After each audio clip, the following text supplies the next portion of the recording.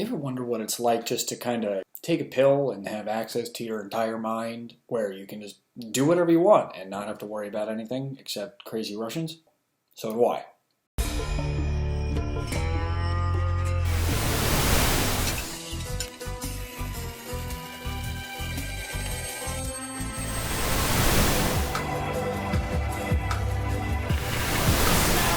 History, unraveling the mystery that all started with a big bang.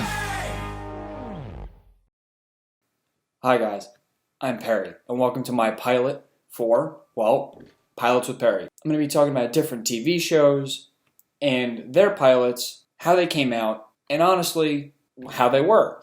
I went to Ithaca College for television, so this is kind of my forte, and I also sit around watching TV, and I work at a TV station. So I would say I have some pretty good qualifications. So the first show we're talking about today is going to be Limitless. Limitless is that show that is brought to you by, Bradley Cooper. Based off of a movie where if you take a pill, you have access to your entire mind. Well, of course, entire mind. Sounds pretty good. Unless you're talking about, the kind of access to your mind that happened in the movie Lucy with Scarlett Johansson, where she turned into, spoiler alert, sludge at the very end, and a flash drive. Needless to say, the TV show is pretty good. Don't get me wrong, there are a couple of things that me personally did not like, as a TV major at least. The creator is Craig Sweeney, the gentleman who happened to create Medium as well as Elementary, and the show that, I'm talking about, Limitless. As you can sort of tell, each of these shows sort of has a specific, what would you call it, creative side to it. They all have that color aspect going on where, so in this show, Limitless, what they did was every time he had the pill, everything looked more orange to, promote that energy feel. And when he didn't have the pill and he was sort of hung over, it was more blue, like sad, I hate my life. So the main star of this show is Jake McDoran. Jake has been in movies such as Live Free or Die Hard, American Sniper, and he's even also played a character in Shameless, and now is the main character for Limitless. His co-star is Jennifer Carpenter. Now Jennifer is one of those people that you would actually recognize from Dexter. She also plays a similar character from that show. She plays, a cop. The first episode really opens up the plot. They introduce you to a whole bunch of characters and pretty much what each character, obviously, does. Bradley Cooper being one of those characters who is running for a place in Senate.